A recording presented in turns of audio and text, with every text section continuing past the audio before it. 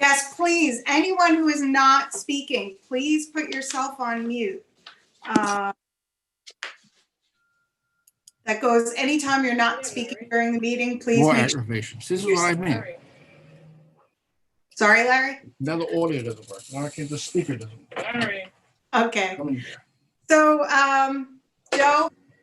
Okay, so we are now live streaming, and I'm going to share my The audio wasn't working screen. on the computer. Damn it. More aggravation. More cursed Okay. aggravation. So I'm going to mute everyone, Lori, and then you're going to unmute yourself.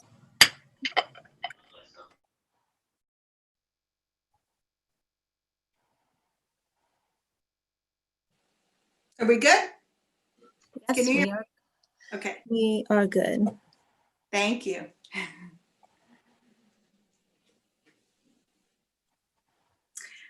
Okay, you ready to go, Joe? Just let me know.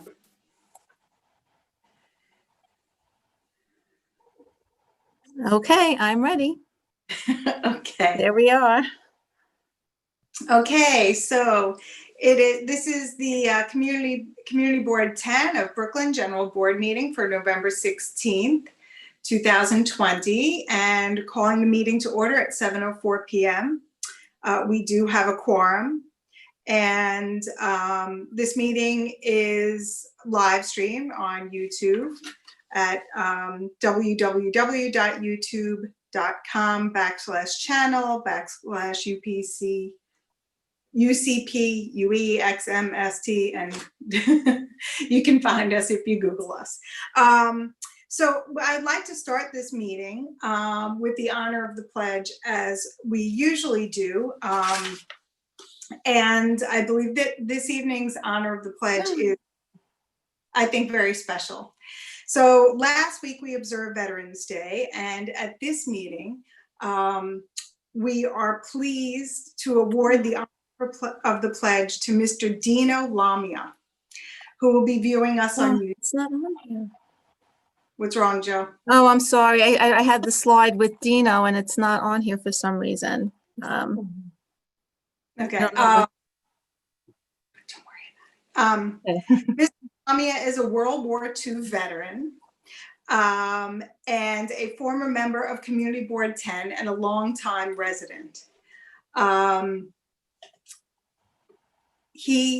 It was honored at Fort Hamilton Army Base at their Veterans Day ceremony for his service in World War II, and was photographed with Brigadier General Thomas Tickner, Sergeant Command Major Michael McCabe, and Colonel Craig Martin. The event was reported in the Brooklyn Reporter.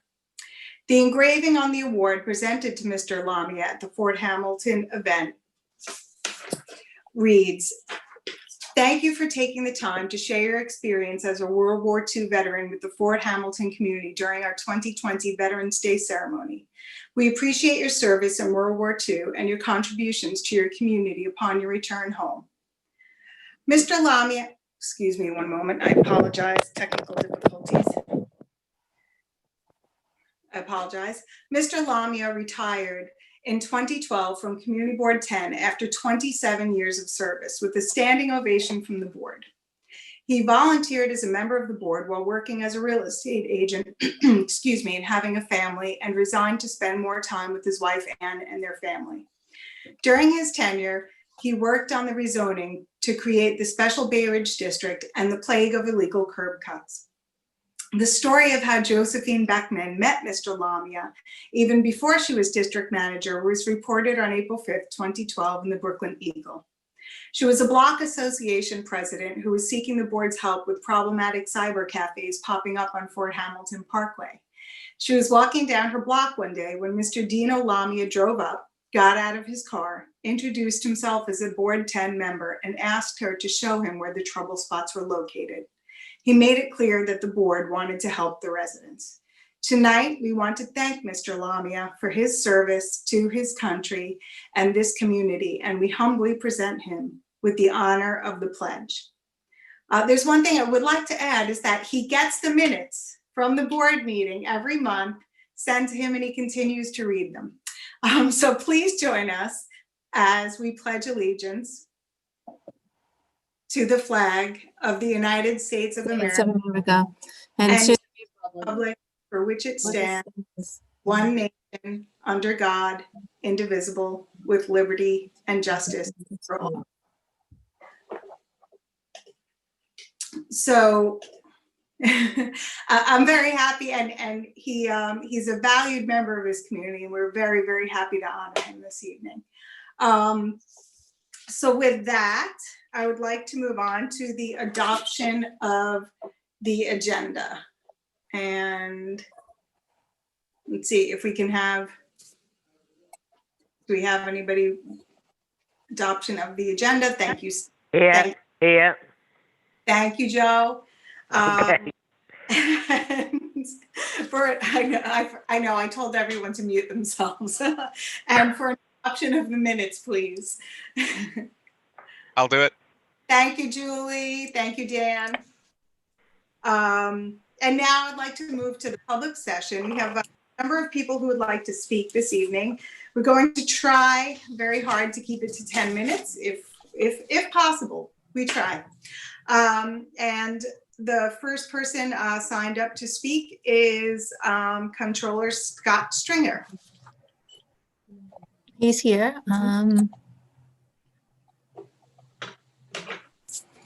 Okay, he should be on. Hi, everybody. Can you hear me? Yes. Well, it's great to come by the community board, and ordinarily, I really wish I was with you all in person, but right now we're going to be Zooming, at least for the short term. But I wanted to just come by and talk to you directly about some of the issues we're facing in the city. But I just wanted to briefly talk about where we are economically in the city. And I know you have a lot of elected officials on tonight, so I won't, I'll be brief because I put it on the agenda. So, Laura, yes? Laura, can you please help me with this? I'm sorry, that's Laura, continue. We're sorry. That's right. But let me first acknowledge Lori Willis, our great CB10 chair, and Josephine Beckman, the district manager. I know Councilmember Bran and so many others are on the call tonight. But I want everyone to just think back for a second to February 2020, when the pandemic hit in March. The unemployment rate was at 3.4%. And we were coming off a record run of job creation. In fact, the city had added 970,000 jobs over the last 10 years.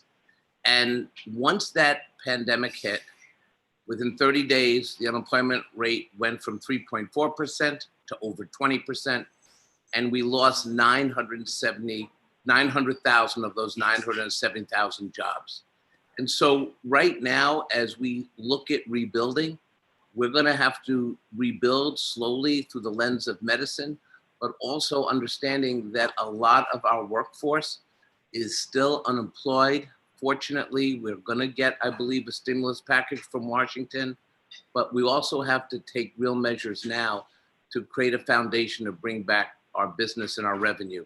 First and foremost, we should recognize that roughly 1/3 of the city's 240,000 small businesses may never reopen. That's a lot of small businesses that have been blindsided by the pandemic. And when you think about the fact that 98% of city employers provide business or jobs for 3 million people, we first have to go directly to help our small businesses. So a couple of things. First, we're gonna have to invest in tax deferrals for our small businesses that are struggling right now. They're trying to navigate city agencies, especially the restaurants that are moving from indoor to outdoor dining, or did that during the warmer weather. We're also going to have to incentivize through tax credits new businesses that will come to vacant commercial corridors, whether we're in this community or in communities around the city. We now have 17 million square foot of vacant real estate space. And so we're going to have to incentivize and lift up businesses to go into our neighborhoods, or we're not going to bring back this economy. I want to talk a little bit about how we do that. And obviously, we're going to have to help our small businesses with tech and give them the assistance to expand their businesses.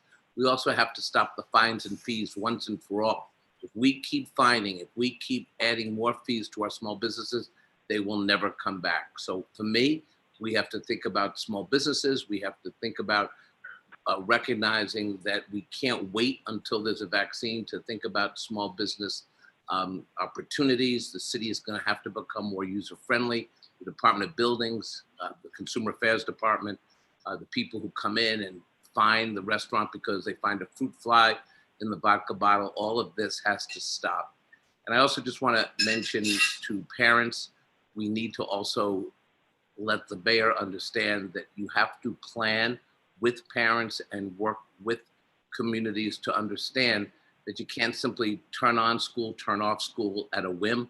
You have to work with the parents in communities. There are many people who are struggling with remote learning and the lack of internet access. My office has done those investigations, and it's pretty disgraceful that you could have single parents with 3 kids and 1 remote learning device.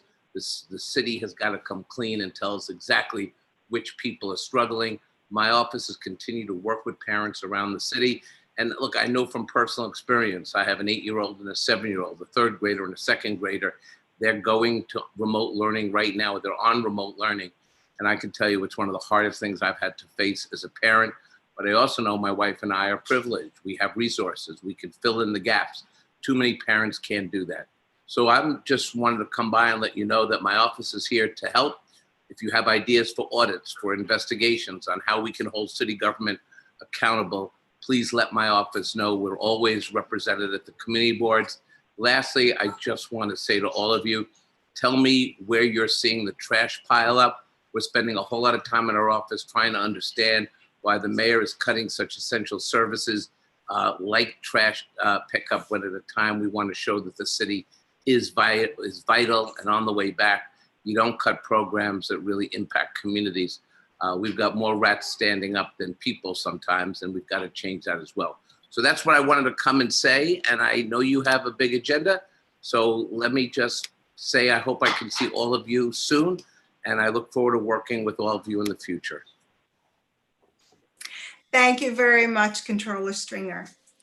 And now the next person signed up for public session is Assemblywoman Matilde Frontis.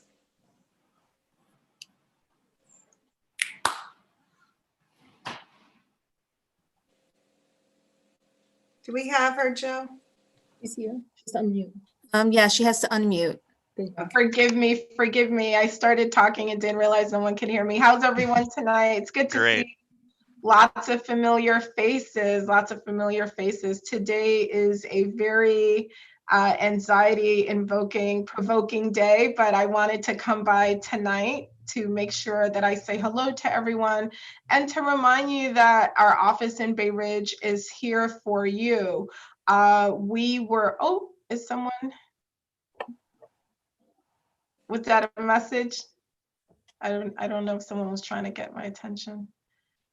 A couple of months ago, we moved to 93rd Street. We used to be on 3rd between 85th and 86th. Most of you know now that we are right across the street from the Prince Hotel on 93rd, right off the corner of 3rd. I think my legislative director is here, Jacob Goldfinger. So there's normally at least 1 person in the office, if not 2. When Bay Ridge was in one of the orange or yellow zones, we started doing, practicing no contact, but anybody who needs help, there's a sign on the door. You can let us know what you need and we are available. I want to make sure that everyone is staying in touch with the office and know what we have planned. Tomorrow night, there is a event that we have planned, the Southern Brooklyn Community Roundtable. It was this big idea that I shared 2 years ago. We used to call it the Southern Brooklyn Community Think Tank, and we now call it the Southern Brooklyn Community Roundtable. Every couple of months or so, we'll convene people from around Southern Brooklyn to discuss a topic of interest where we all sit around and brainstorm solutions. So I wanted to invite everybody here to the extent that you are available and interested in the subject. We'll be discussing specialized high school admissions here in New York State. And we have a guest speaker who's going to be discussing how New York compares to other states across the country. So that's going to be 6 to 8. It's actually on Zoom. But anybody who's interested, you can go to my social media page. And I'll also, let me see if we could, I'm going to find out, text Jacob to see if we could possibly drop it here as well so that all of you can have it here for your convenience.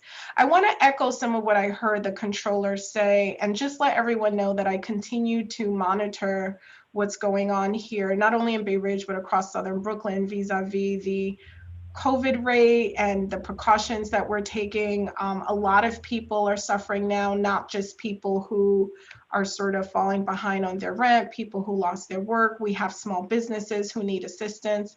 And again, I just want to say that we are here to help. My colleagues and I in the Assembly continue to stay in touch and brainstorm solutions that we can come up with and legislation that we can pass to provide additional relief. We know that we passed some legislation earlier on in the year, and we know that it's not nearly enough in terms of what the people of New York State need. And I want to make sure that I let people know that. So I'm hoping that soon and very soon that you guys will see more relief coming from the state, because we know that in January, if we don't do something and if we don't move fast, we're looking at a catastrophic situation when the moratorium is over, with people not being able to catch up. And we don't want that to happen. So just wanted you to know what was on my mind. Josephine, if anyone has any questions, I'm more than happy to stay for a little bit and take any questions that people might have. Thank you.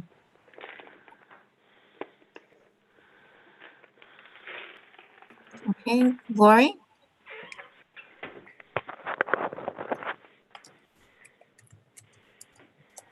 Joe? Yeah, okay. Have it? Okay, I sorry. have it, yes. Thank you very much. And now we have Councilman Justin Brannan.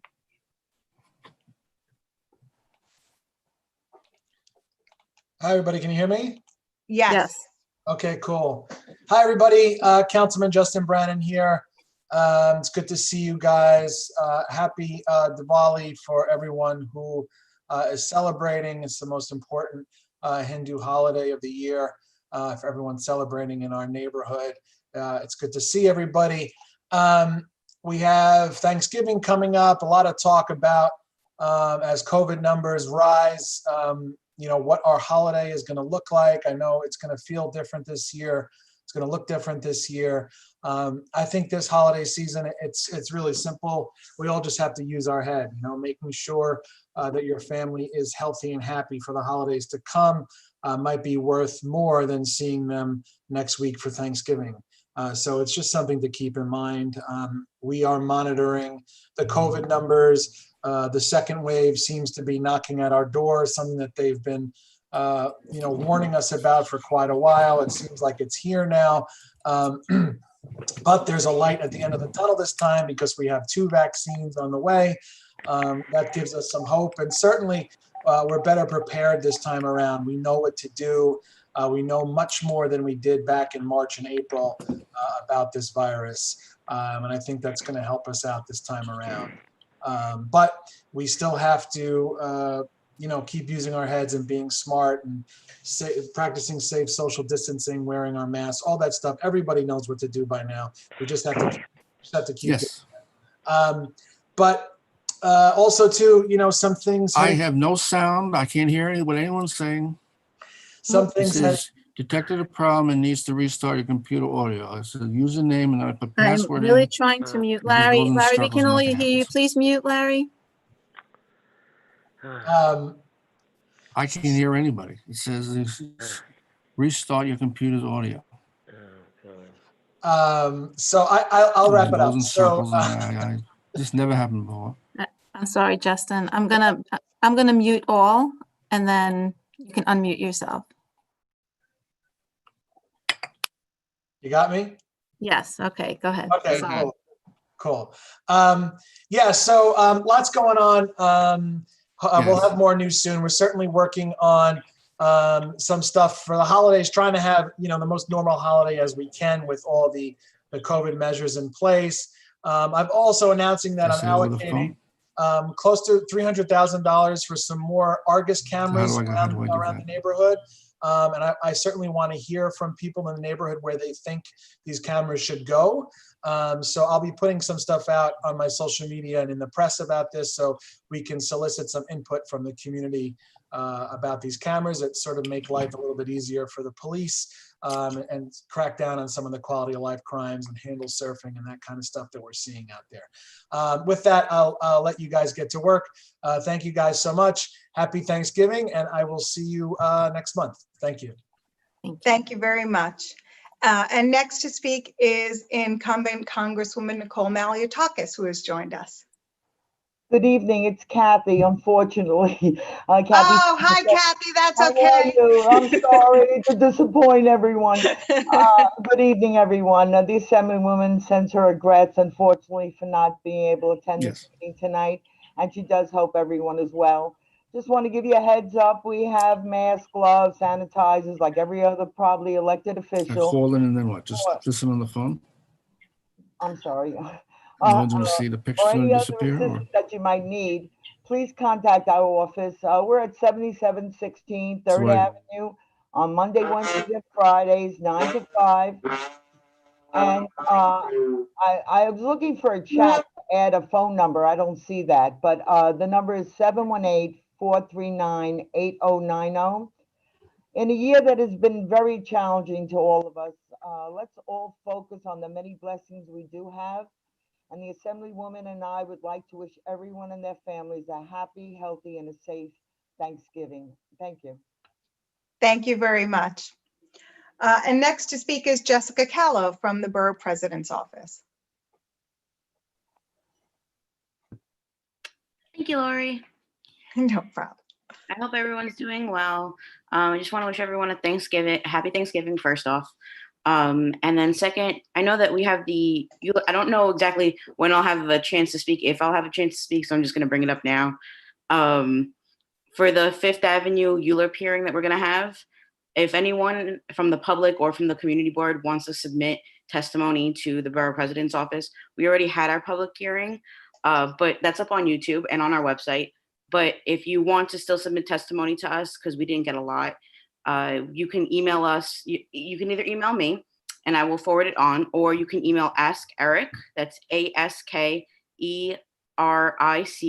at brooklynbp.nyc.gov, and we will add it to the testimony. Thank you. Thank you very much, Jessica. And now we have Sarah Anders from State Senator Andrew Gennardis's office. Let's see, Sarah. She's on. I'm sorry, Lori. I think she's here. I have to. Okay, she should be on now. Hi, folks. Can you hear me? Yep. Okay. Yes. Hi. Hi, everyone. So obviously, as so many others have mentioned, this is an incredibly challenging time, and COVID numbers are on the rise, and we're dealing with some of the economic ramifications. So that's what our office is really focused on. We're certainly here. Should you need anything, please give us a call. We're at 718-238-6044, and we're taking in-person appointments as well. We will be, we've been in the process of announcing the Empire Awards for some local small businesses, just honoring those who have really given back to their community in what has undoubtedly been an incredibly challenging time for them. Southern Brooklyn has some of the most special small businesses in New York City and in the world, and we want to honor those small businesses. And just a quick note, over the weekend, it was World Day of Remembrance for Victims of Traffic Violence, and that's something that has, always been a huge part of the senator's policy efforts and what's on his mind. So that's something that, he's very committed to working on, and something that we want to mention. And last but not least, happy Thanksgiving to everyone. Thank you very much, Sarah. And now we have Nancy Lulu from the Brooklyn District Attorney's Office. Good evening, everyone. Hope everyone is doing well. I would like to extend greetings on behalf of DA Gonzalez to each and every one of you. At the Brooklyn DA's office, our core obligation still remains the same. We continue to hear and prosecute cases to make sure Brooklyn stays safe. DA Gonzalez and members of the DA's office have been in the community partnering and providing services. So far, we've had 38 community services, community events, food and PPE events and others throughout the pandemic. Last week, District Attorney Eric Gonzalez, together with New York City Police Commissioner Dermot Shea, announced the indictment of an alleged gun trafficking ring that purchased firearms from South Carolina and Virginia, and then were transported on the Iron Pipeline to be sold on the streets of Brooklyn. Our office is committed to protecting the public safety of Brooklyn and focusing our resources on these gun traffickers and criminal enterprises who compromise it. Just in closing, I would like to provide my contact information, which is lulun@brooklynda.org.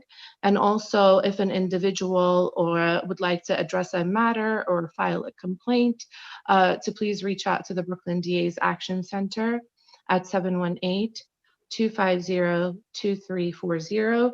And finally, on behalf of DA Gonzalez and myself, even though this Thanksgiving is not going to be the same, but we would like to wish everyone a very safe and blessed Thanksgiving. I would like to thank Community Board 10 for allowing me to speak this evening. And I would like to thank all the elected officials for their leadership and partnership. Thank you very much and be well. Thank you, Nancy. And next to speak, we have Sharon Pope from Bike, New York.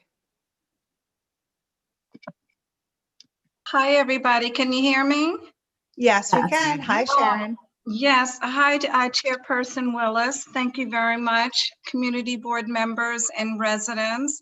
I appreciate the opportunity to talk with you briefly this evening. But before I do that, as I do with my other presentations, I want to recognize we're in the middle of a pandemic. Wear a mask, socially distance, and wash or sanitize your hands.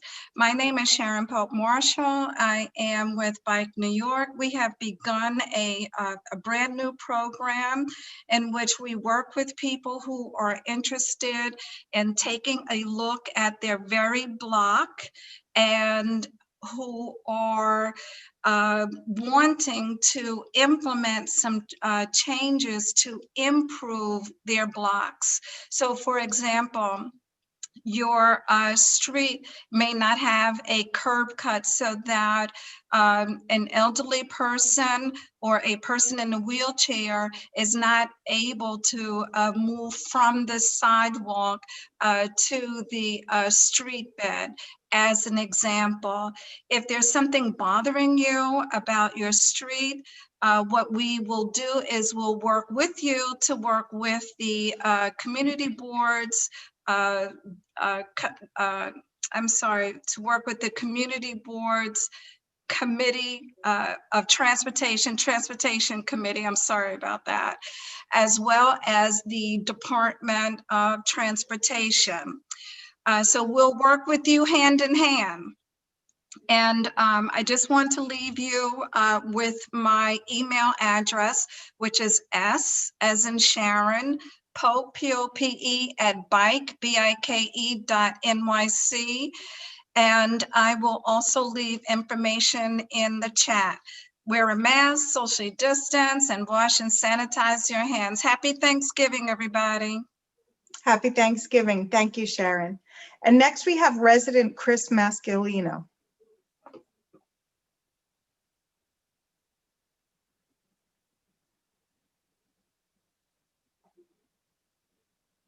Oh, where'd she go? You should be able to unmute herself now. Yes. Christine, would you like to speak? I see she's still muted. Oh, there we go. No, thank you. Okay. Thank you. Okay, and we have Community Board 11 member and Visitation Academy representative Eileen LaRuffa.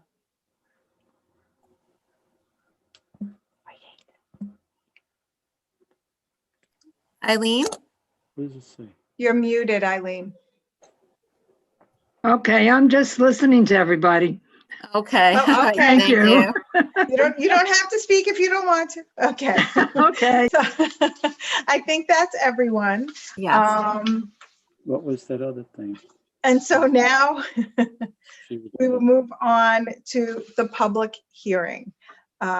And Doris Cruz, very busy woman on this community board. You're muted, Doris.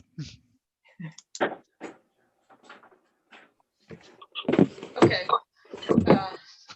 Yes, and it is a very busy, hardworking committee, and I thank them all for their efforts. The committee met in quorum via Zoom on Thursday, October 29th, 2020. We met to review a rezoning application for 9114 Fifth Avenue and adjacent lots. ULIP reference number 190447ZMK and 190448ZMK. If this seems familiar, it is because the committee heard an informational report on the proposed rezoning, and it was reported on at the February general meeting, and again at the October meeting after the application was certified and ULIP procedures had been resumed.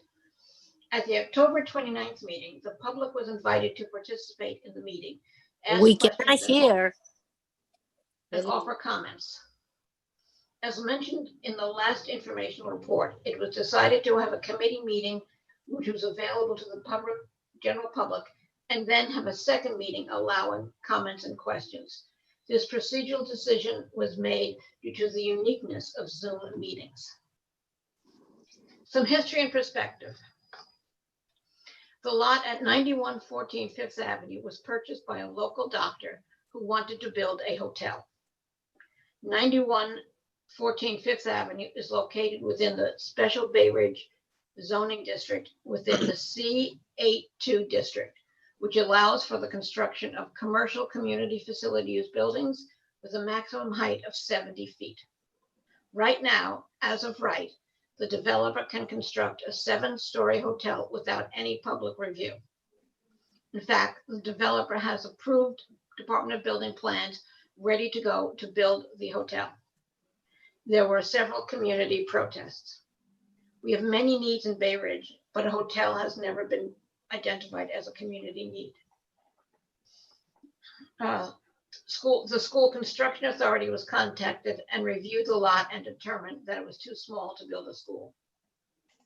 The developer was willing to build residential units, but zoning regulations of the C82 do not permit construction of residential units. The developer agreed to submit a rezoning application which would allow construction of market rate rentals. The application included a wider area beyond his lot because of existing legal precedent that does not allow developers to limit a rezoning application to a single lot, doesn't allow spot zoning. The R7A C42A overlay was selected because it is the most comparable residential district to the density and bulk of the C82. The R7A district allows a waiver of parking requirements. This is in the zoning resolution, and the community board cannot change this provision of the plans. The R7A district is the highest density currently zoned in Community Board 10. In addition to this proposed site, Shore Road and 3rd Avenue and 3rd Avenue in the high 90s is also R7A.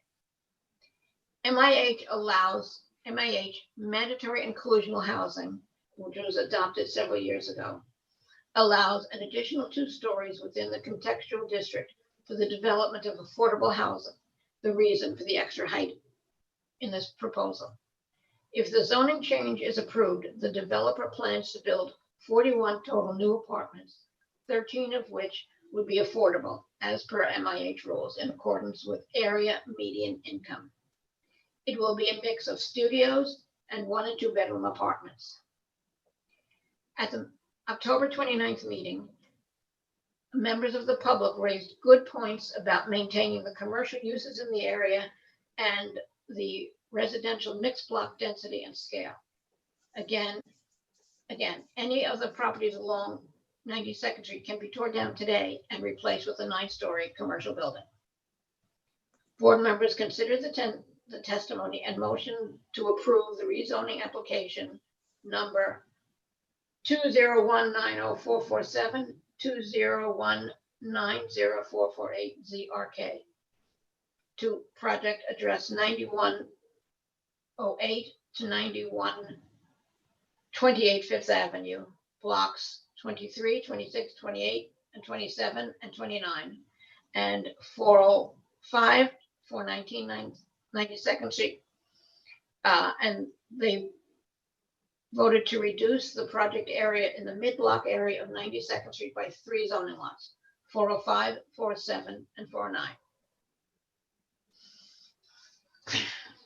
For you and community board review, the community board has 60 days to review the proposal and hold a public hearing. The board provides an advisory opinion on the application. It then moves to the borough president's office for its opinion. Following the borough president's review, the application moves to the city council for review and modifications. I lost page 3. Community boards do not have the right or power to just tell people what they can do with their property. The community board review is limited to an advisory recommendation. There are zoning laws in place that we do not control. Today, a 7-story building can be built on any underbuilt location in the C82 district. The community board cannot change the current zoning contextual district regulations. Again, the discussion by the committee and comments from the public, most of which concern the scale of the building and the impact on an area that already has many traffic problems, and that we have this proposal as an alternative to an as-of-right hotel. A motion was made. The first motion was to approve a rezoning of one lot only, 9114 Fifth Avenue, with no other lots included. It was argued that this would be a spot rezoning and is not allowed and would be denied by the Department of City Planning. A denial of the rezoning application could result in a hotel at the site. The motion was not seconded. A second motion was made to approve the application, but reduce the number of lots considered for rezoning. 3 lots facing 92nd Street would be removed from the application. Lots 32, 33, and 34, those closest to 4th Avenue. Because 92nd Street is narrower than both 4th and 5th Avenues, it was felt that the zoning change would be inappropriate for that block. The motion was made and seconded and approving. And I just would like to note, in addition to the community discussion at the October 29th meeting, District Manager Beckman had lengthy discussions with residents and business owners who contacted her with concerns about the site and the proposal. Thank you. The meeting was adjourned. So we have a motion on the floor. Do we have any? We start with committee questions, right? Yeah, Yes. Lori, I just want to also mention that the applicant is present through their representative, Fayan, and available to show any slides, or if you wanted to do a brief run through visually of the project. Okay, so the committee met in quorum and the motion is on the floor. So do we have any questions or comments by board members? Yeah, it's Steve. Okay, Steve, go ahead. Yeah, could Doris just please read what the motion was again? I may not have the precise wording. And we can revisit that.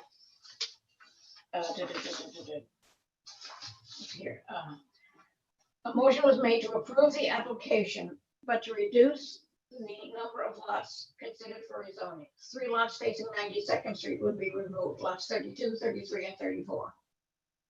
Yeah, the difficulty I have with that is I don't think that's the exact motion, Doris. Okay. The motion was to approve, flat out to approve, and at the same time to write and ask that while we approve, because we don't want to lose that, at the same time we said that we would have a right to the city planning, or excuse me, who is it? Zoning, the zoning board, or is this city planning? No, this is city planning. We would write to city planning and request that they review it for the purposes of making the determination as to whether they could reduce the size of the zoning, but there was no contingency here that it was contingent upon them making the change. Again, we don't want to lose what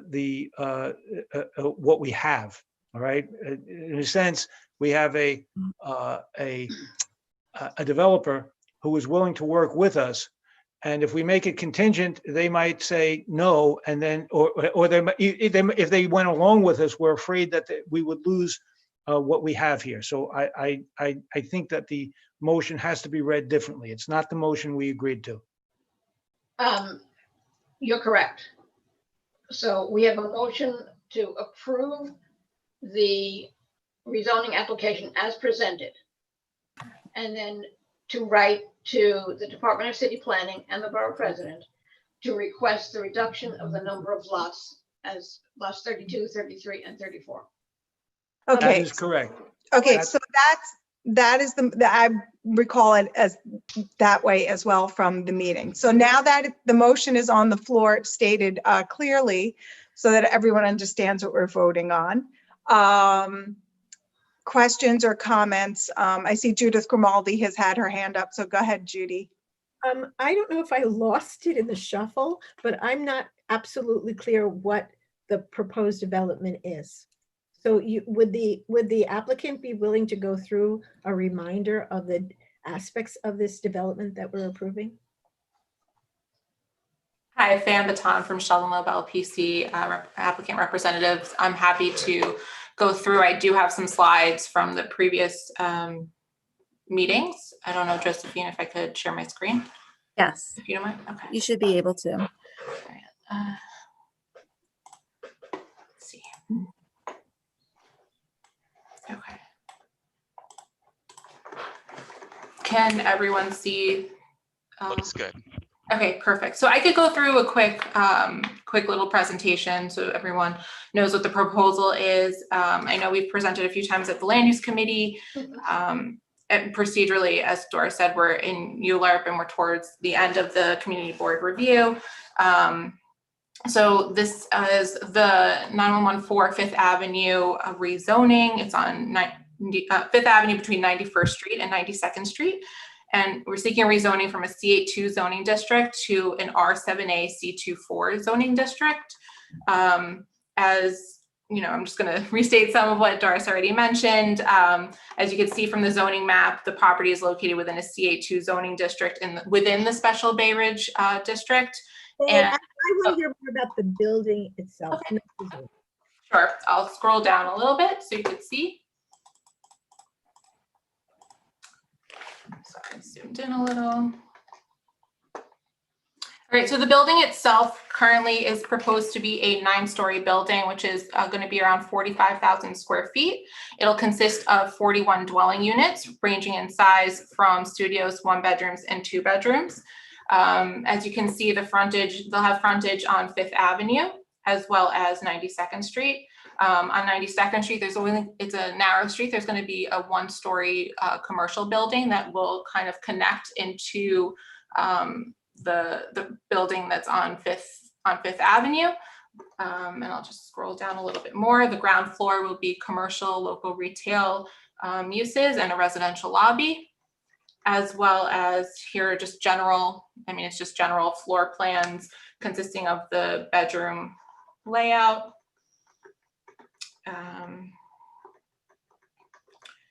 So I don't know if it's too small. Let me just view full screen. Okay. So you can see a little bit, these are the sections of the buildings. As you're aware, the building will set back at 75 feet, which is around 7 stories. The building will set back. So then the 8th and 9th floor will be set back from the street wall. This is what the proposed building would look like, and this is kind of in context with the surrounding area. The building is in yellow, and these are surrounding neighborhoods, the buildings. As of right now, and Doris had mentioned that we could build a 63-unit hotel that is 6 stories with a cellar. So so it's a few stories taller, but does provide the residential units instead of the hotel that is currently approved at DOB. Okay, so does that familiarize you, Judy? Okay. Do we have anyone else? I'm sorry if we could just. Yeah. Yes, thank you. Stephanie Mahaney raised her hand. Go ahead, Stephanie. I just wanted to raise some of the concerns that we addressed in the committee meeting. Unfortunately, this discussion has been shaped by the threat of the hotel over and over again. But one of the things I had asked at the last meeting is, couldn't there be a more modest rezoning, maybe an R6A, but apparently that wasn't enough of an incentive for the builder. And so consequently, now, it's not just this project, not just this building, but it would be an additional 9 lots on the block, around the block, that would also receive this rezoning. And with the MIH, each lot would also receive the bonus FAR. And it's just the height and the bulk just seem to violate the intent of the Special Bay Ridge District. And it really, I don't see it as characteristic for this neighborhood, particularly on such a narrow portion of Bay Ridge. Additionally, there were many concerns raised by the community. And I do know that at the November 10th public hearing, the borough president's public hearing, those community concerns were not heard. I guess the community residents were not in attendance. And I think it's incumbent upon the board here to make sure that those concerns are heard. And as Jessica Kahlo had invited everyone in the community to submit their testimony, I think it's a great thing if they could do that. But the project was, because there were no community participation, the project was presented as having near unanimous support. And I do not see that that was the case at the time. And that's all I wanted to offer. Thank you. Okay. Do we have comments from anyone else? Yes. Steve. Wait a minute, Steve, we've got, Julie, do you have your hand up? Julie Thumb? Yes, Hi, I just Julie. had a question. I just wanted to clarify. This is affordable housing? Is that what was said? I'm not sure if I caught that correctly. A portion of it, but Doris, do you want to speak to that? There are 41 units in total, 13 would be affordable. And the rest would be market rate Yes. rent. And there's no parking of any kind. Right, because the zoning district. And it's not required to supply some, it's being waived. Okay. Okay. And the zoning resolution. The zoning allows that. The zoning allows for no parking at all. Correct. No, okay. I just wanted to be clear. Thank you so much. Thank you. Okay, I'm sorry. Go ahead, Steve. Yeah, I just wanted to reply. Stephanie is absolutely correct, with the exception that it is not the threat of a hotel. Hotel is as of right there. That means that if we don't change the zoning to allow for this residential building, we will get a hotel. That's not a threat. The gentleman who owns that has a right to build that. And the thing is that this whole controversy stemmed from the fact originally that the community did not want to see a hotel there directly across the street from the school. So there's really, it's one of two things. We either say yes to this or we say yes to the hotel. And in my view, in view of the fact that the owner has worked with the community and we asked him to do that, it seems strange that we wouldn't take yes for an answer. So under these circumstances, I intend to vote for this because I think it's the best thing for the community. Okay, thank you, Steve. I see Jill Infantolino Hajar has her hand up, and then Ruth Mazer. Go ahead, Jill. Thank you. I was just curious if the committee spoke anything about how the community would support that amount of housing, but not just that building, if there would be 9 other lots that would build or have the right to build to that height and that capacity, how the Bay Ridge community itself, as far as schools, as far as transportation, cars, was there any discussion about that at all, Stephanie? I was just curious. Well, I'm sorry. I think that would be for Doris to respond to. Oh, okay. Doris, go ahead. There was very definitely discussion about the traffic impact on that area. There was tremendous concern, but it was also mentioned that a commercial building of comparable size could be built on any of those lots right now. And commercial buildings can also bring heavy traffic. The committee and the public, members of the public who spoke, were very concerned about the traffic issues in that area. No question about it. But there is this euphemism that it is in a traffic zone. It's in a transit zone. It is near the subway line and several bus lines. So it is considered acceptable to waive the parking. That's one of the reasons it was allowed to be waived. And Doris, if I might add that this question was raised. It was raised by a number of residents, Yes. and there was a environmental impact study that they had noted where they said that according to their study, I'm just reporting what was said there. Yes. According to their study, that they would see no increase in traffic. I can't speak to true or not. That's what their study said. But the issue was definitely raised, and it was raised by a number of people, the concern about, basically the infrastructure that you're talking about, Jill. I don't have my and now notes. we've got, wait a minute, I did say that Ruth could speak. We've got Okay. Ruth. Okay. Ruth's been waiting patiently. Thank you. I need some clarification about these other 9 lots. I'm not clear about that. Is that the rest of the yellow that goes on to 91st Street? We might want to talk about spot zoning really quick. Well, one second, Dan. Are you just asking us to put the graphic up so you can see where they are, Ruth? Or are you asking about? Yes, I'm asking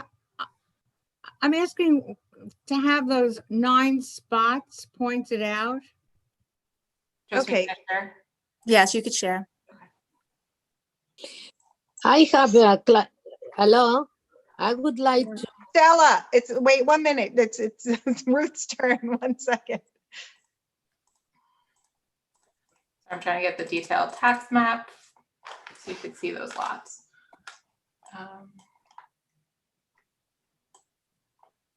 I don't know if you could see it. So it's lots 34, 33, 32, then the applicant's lots, and then on the corner 30, I believe. No, I don't see it well on that. Yeah, I think you had a better graphic. I'm Get sorry. to this one. It's just it's a large file, so it takes a second. Sorry, everyone.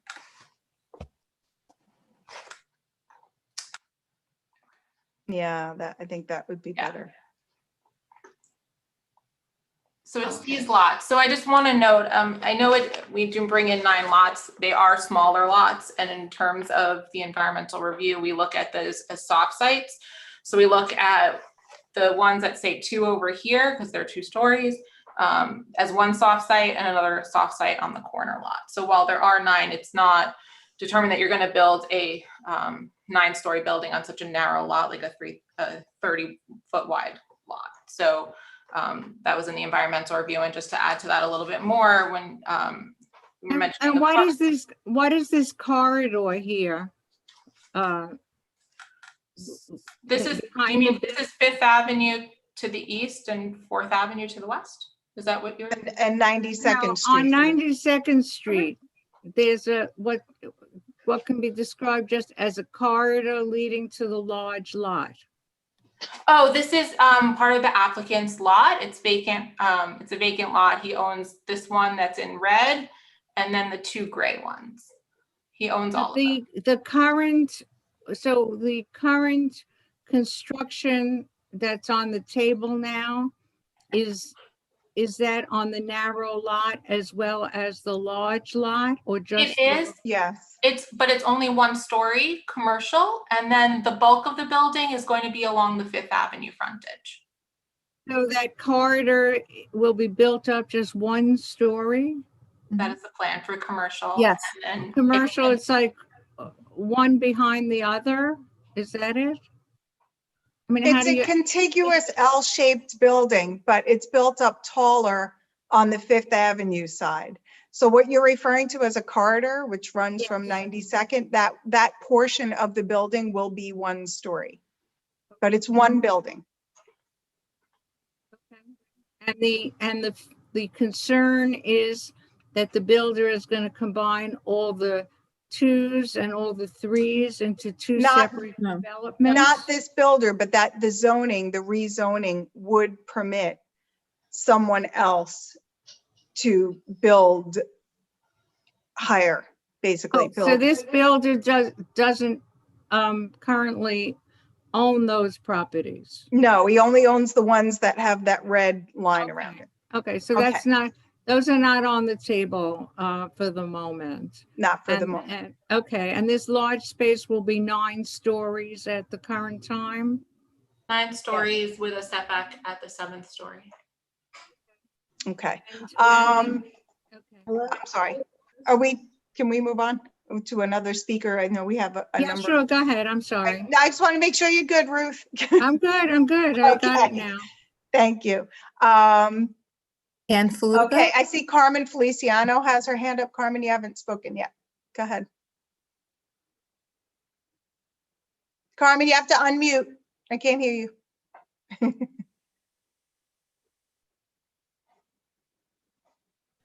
Where'd she go? Now I don't see her either. She might have accidentally left the meeting. All right, Carmen, we'll have to get back to you. Let me see, someone else had their hand up. Anne? Oh, I'm sorry, Anne, go ahead. I would like to have a clarification. Hello, can you hear me? Yeah, 1 second, Stella. I think we had called on Anne. Carmen. Anne, do you want to Yes, speak? the question I had was previously asked. Thank you. Okay, go ahead, Stella. I'm sorry. No, Steve mentioned before that the owner had a chance or an option to have a hotel or this affordable family building. I didn't quite understand. He has to have one or the other, or it's better one than the other. Doris, do you want to take that? Currently, the developer can build a 7-story hotel with 60+ units. The community does not want it. There is no need. There's been no demonstrated need in this community for a hotel. After community concerns, the councilman reached out to the developer and he agreed to a rezoning. And he requested a rezoning that would give him comparable density. It's like he can have a floor area ratio of, I have 4.6 somewhere on a note. I don't know which one that's for. And the other was 4.2. So he's looking for similar density to build the same amount of stuff that he could under current zoning. So that's why this zoning designation was chosen. So basically, Stella, when he bought the property, he wanted to build the hotel. The community response was that we don't really need or want a hotel right across the street from the school. So the developer said, okay, I will look into building residential as opposed to hotel, but the current zoning does not permit that residential use. So that's basically what happened, but he is willing to do it, and that's what he's asking for now. So he's asking for us to give our recommendation to permit him to change the zoning to allow that use. Do we have anyone else? Any other? Yes, Judy Grimaldi.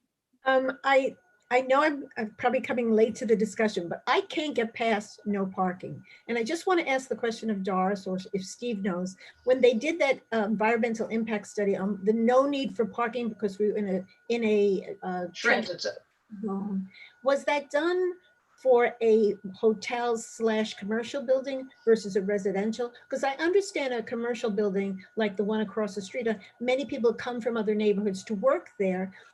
They might use public transportation, but when you live in a building, when it's a residential building, you're certainly not you're gonna have your car there. So parking for residents is very different than parking for a hotel, which may be transient, or for a commercial building. And I just want to clarify that that environmental study was done for residential.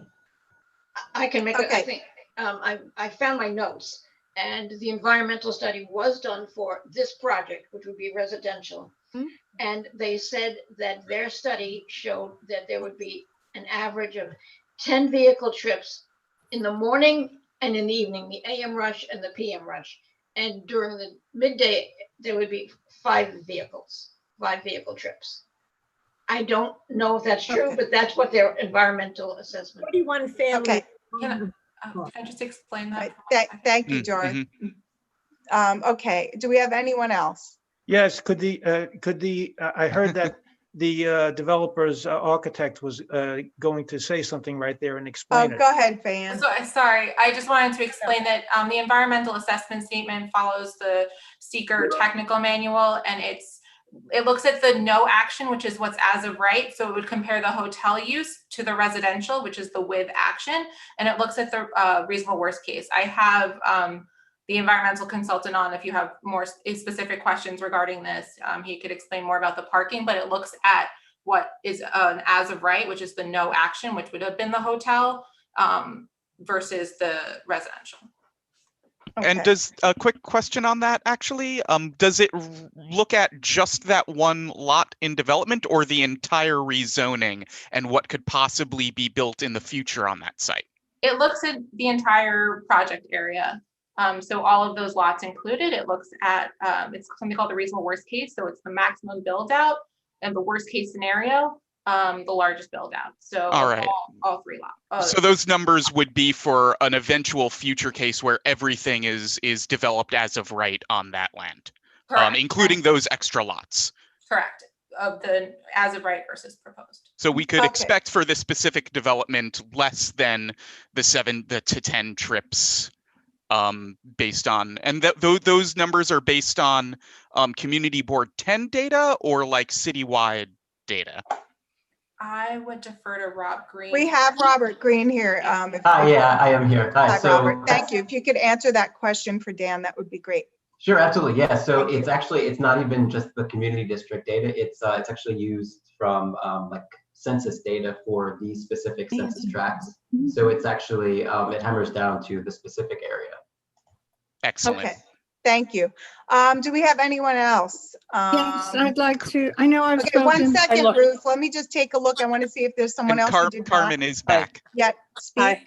Oh, Carmen. Hi, Hi, go ahead, Carmen, go ahead. Well, I just want to say real quick, I'm glad it was changed from a hotel to an apartment building. But mine is just a simple question.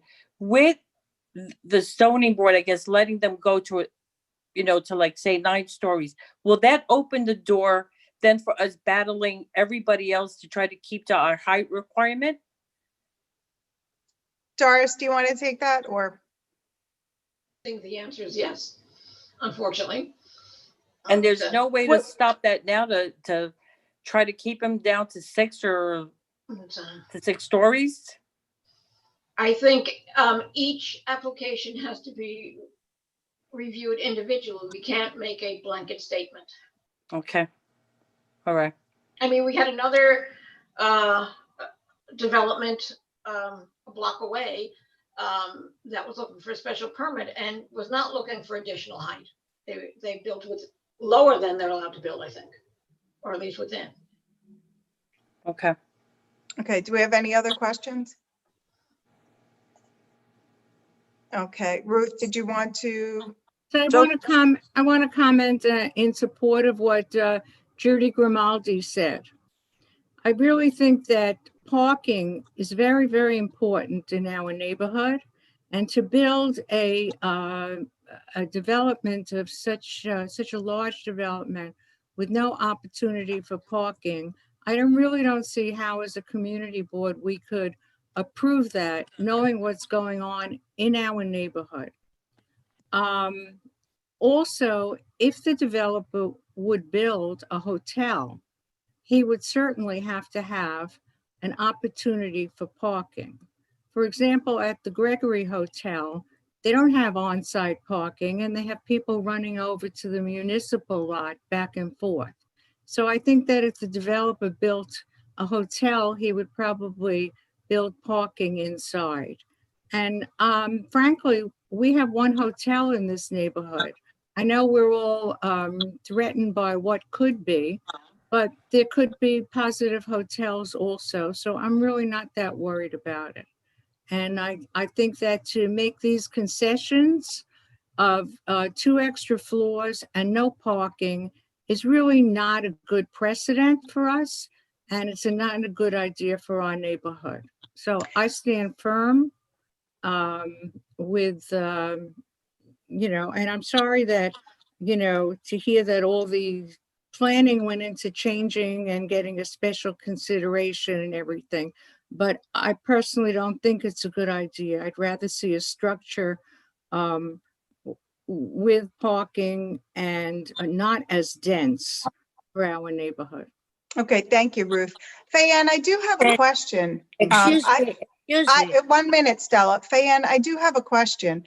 The approved plans that that your client had for the hotel, the prior plans, did they include parking? They included 4 spaces. But 4 spaces. Okay, thank Very you. limited. Okay, I'm sorry, Stella, go ahead. Did you want to speak? Yeah, I think that the hotel doesn't need a lot of parking. Although you say that, of course, they have to have parking availability, but the customers of a hotel don't have cars. They just come to sleep and go out, or they come from the airport, or they don't need parking facilities, really. I would prefer a hotel versus the building, residential building. Okay, thank you, Stella. I'm going to try to wrap this up because we have Sorry, a lot of people speaking. And I think that Councilman Brannan would like to say something. Am I off mute? Hello? Yes.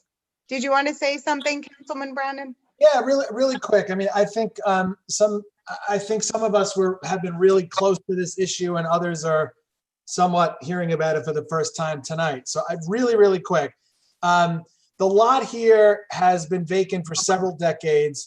It was purchased by a local doctor who wanted to build a hotel. And as the current zoning says, you can build a hotel here, but you cannot build an apartment building. So like Steve Harrison said, if we sat on our hands and didn't do anything, by law, the developer could start building a 7-story hotel tomorrow if they wanted to, and there would be nothing we could do to stop them. So the reason why we're here is because there were lots of protests and people were very upset and angry at the idea of a hotel being built across the street from a school. Frankly, I struggle to disagree. I think we need a lot of things in Bay Ridge. I don't think we need another hotel. Our first idea was to get the School Construction Authority to purchase the lot. Unfortunately, they felt it was too small. So the next option, if we didn't want a hotel, was to try to do what we're doing now, which would be to allow the developer to do much needed rental housing. But in order to do that, we have to rezone. So, we're not upzoning here. We're not upzoning Bay Ridge for skyscrapers or anything like that. That's just not what we're doing and not what anybody wants, certainly. I think all the laws here certainly are being followed. I think it's just important to remember that the developer has purchased this lot and he has a right to build something here. And if we don't approve the rezoning, he can by law build a hotel, and he already has plans submitted to build a hotel. So we sort of got involved here because the community was certainly seemingly in agreement that they did not want a hotel across from the school, and we thought this would be the best sort of compromise. So that's why we are where we are right now. I just wanted to give a little bit of color, for those who haven't been following this as closely as the rest of us may have. Okay, thank you, Councilman. Thank you. Thank you. Okay, I see one more hand up. I'm taking this last comment because I really would like to wrap this up if we can. So go ahead, Jill Infantolino Hajar. Justin, are you still there? Okay. My only concern, not so much with the hotel or this one apartment building, the rezoning concerns me because then it will give or set precedent for the rest of Bay Ridge. I'm not sure if that's accurate or not, but I know that the similar thing happened in Park Slope, 4th Avenue, and buildings are going up like crazy. So my only concern is, like I said, the community support for these buildings and families. As far as schools go, to begin with, they're crowded. And I'm just concerned for the community to have as many buildings that might go up in the future. I think we need to consider that. Because once you rezone, it's going to be very, very hard to stop everyone else to want to rezone certain areas. So Okay, so I would like to just speak to one thing, just because, just a point of fact. Bay Ridge, when this community board worked very hard to get it rezoned, left only certain areas open in that zoning that would lend themselves to a bit more development. And this is one of them. So we don't, most of our avenues, most of the areas in Bay Ridge and in Community Board 10 as a whole, there are very few sites that are vulnerable to this kind of development, because we specifically we downzoned and made our zoning more restrictive. But we did leave areas where there was room for development, because you do, need to sort of have that latitude. And so I don't really think that our present zoning lends itself to the kind of situation you're describing. And so that's just, Josephine, if you want to chime in on that, but that's just a point I just want to clarify. Yeah, I think I want to echo that, just to clarify for you, Jill, is that right now this building can be developed. I mean, every lot in the district can be, but as Lori said, all of Bay Ridge and Ziegler Heights was rezoned. And it was downzoned for the most part. There are certain areas, this C8 corridor is very limited into what could be built there. And unfortunately, some of the uses in that area have changed, but it's a very small, narrow triangle area. So there's not this widespread potential. It really is narrow and limited. Okay, so that having been said, I would like to call the question, if I may. I would like to make one comment before we. Yes, Doris, okay. go. It was noted that there were no comments at the borough president's meeting. And I want to say that I logged on to the meeting at 6 o'clock. And at 8:20, the first issue about a development in Community Board 14 on East 16th Street was still going on. And I hadn't eaten, I had a headache, and I logged off. And I sent my regrets to both the presenter and the host. And also, I was surprised that the borough president held their public hearing prior to Community Board 10's public hearing. It's not the normal procedure, but they will be accepting comments for the next for 40 days. And so we will be on record with the concerns of the community. Okay, thank you, Doris. So now I would like to call the question. We are going to have a roll call vote on this matter. So Josephine, if you would kindly do the honors. Great, I will. Can we read the full, we have to read the motion. Okay. I don't know if it's required, but go ahead, Doris. Okay, we approve the rezoning application as submitted. And then separate from that approval, we will ask the Department of City Planning to review our request to have the number of zoning lots reduced by 3 to remove 3 lots, which I don't have off the top of my head. The 3 lots on 92nd Street. Yeah. Okay. I think it's 32, 33, 34. Okay. Thank you. So Josephine, go ahead, please. Yes, Tracy Britton. In favor. Jane Kapitanakis. In favor. Shirley Chin. In favor. Judy Collins. Judy, you have to press the space bar. Okay, in favor. Thank you, Judy. Doris Cruz, In favor. Richard Day, In favor. Michael Devine, In favor. Chris Ellison, Favor. Ann Falutico, Favor. Carmen Feliciano, Carmen, You're still muted, Carmen. If you don't give Carmen, you have to unmute yourself. In favor, Okay. sorry. Can you hear Okay. me? Yes, Michael Festa, I'm in favor. thank you. Barbara Gurmack, In favor. Diane Grenardis, In favor. Judy Grimaldi, In favor. Steve Harrison, In favor. Dan Heddix, In favor. Justin Hyatt, In favor. Jill Hajar, In favor. Stella Kokolas, In favor. Marty Lentz, In favor.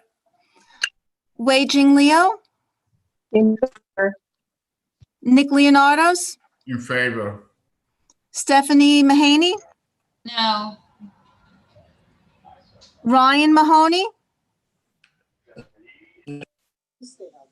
Ryan, Again, voting against. okay. Anthony Marino, In favor. Ruth Mazer, Ruth, Opposed. Iris Muley, In favor. Robert Oliva, In favor. Marissa Perez, In favor. Susan Pulaski,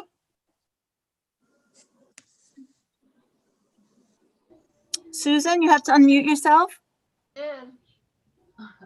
She said yes? I'm sorry, Susan, I couldn't hear you. Did you vote? Did you hear her? Oh, in In favor, I favor, hear. she Okay, said, got yeah. you. Okay. Joe Sokolowski? Joe? Is he Joe? He's on phone, so I I don't can't. see him anywhere. He's on attendees. He's on a telephone. He's on a, We'll go back to him. Okay, we'll go back to Joe. okay. Larry? Larry Stelter? That's probably recused. Right? Larry? You're muted. Oh, he's joined on the phone because his audio was out, so we might need to add him as a panelist. You hear me now? Yes. Yes. I can hear you now. Recusal. Yes, thank you. Henry Stewart? In favor. Janet Taub? In favor. Julie Thumb? In favor. Sandy Vallis? In favor. Barbara Vellucci? As the least of all evils, I'll say in favor. Thank you. Lori Willis? In favor. Michael G? In favor. I'm going back to Joe Sokolowski. Joe? Joe? He's muted. In favor? there Okay, you got you, are. Joe. Thank you. Thank you, sorry. Okay, did I miss anyone? Okay, Madam Chair, that concludes the roll. Motion carries. Okay, thank you very much. And I thank the committee and the committee chair for all their hard work on this matter. Okay, and we are now moving on to the chair's report. So, good evening. This month, once again, our meeting is being conducted via Zoom and in accordance with executive orders. I wanted to mention, because in the course of rezoning, this rezoning application, for which we've had a number of meetings, among which was a forum to obtain the public's feedback about the application. At that meeting, I was reminded that there is so often a misperception of what the community board is and what it does. So I would like to say a few words about that. We are essentially the lowest level of city government and what I consider to be the most basic democracy. By that, I mean that we are the lowest paid, we're not paid at all, and comprised of people from the community who have no special training and who volunteer their time. We all get together and we debate and eventually vote on issues that affect the district. The members are varied and diverse with the common goal of bettering our community. Generally speaking, our mandate is to voice the concerns of our community as they pertain to the matters that come before us, and to voice the unique needs of our portion of this vast city to the local officials and agencies. The matters that come before us are things that the law requires be brought to us for our input and recommendation to the agency that will ultimately make the decision on the matter, like the zoning application we just heard. So on a given matter that comes before us, there's a framework within which we are required to work, and considerations with which the law determines are relevant to that matter, like the local zoning resolutions we just discussed. Then there are the needs and concerns of the community that we hear from you, and we use our forum to relay them to the elected officials and to city agencies. And during our public hearings on matters that come before us, we often hear concerns and ideas which don't necessarily fall within the legal consideration of that particular matter. However, I want to make clear that does not mean that they are not heard or that they are disregarded. They can spark inquiry, or they can be directed to a different forum or a different agency for consideration or action. And board members also raise those ideas and concerns that they've heard in debate and discussion when we vote on board recommendations. So please keep your comments and input coming. This board is a city mandated group of people from your district who want to hear from you so we can properly represent your voice and make our district better. And we can only do that when we hear from you, so keep it coming. I would like to mention also that the Angel Guardian Home application for landmark status for the building was approved, securing the preservation of this local treasure. I thank and applaud the efforts of the community, including Councilman Menchaca and Councilman Bran, this board, the Historic Districts Council, and the Dyker Heights Civic Association in obtaining this first landmark designation in Dyker Heights.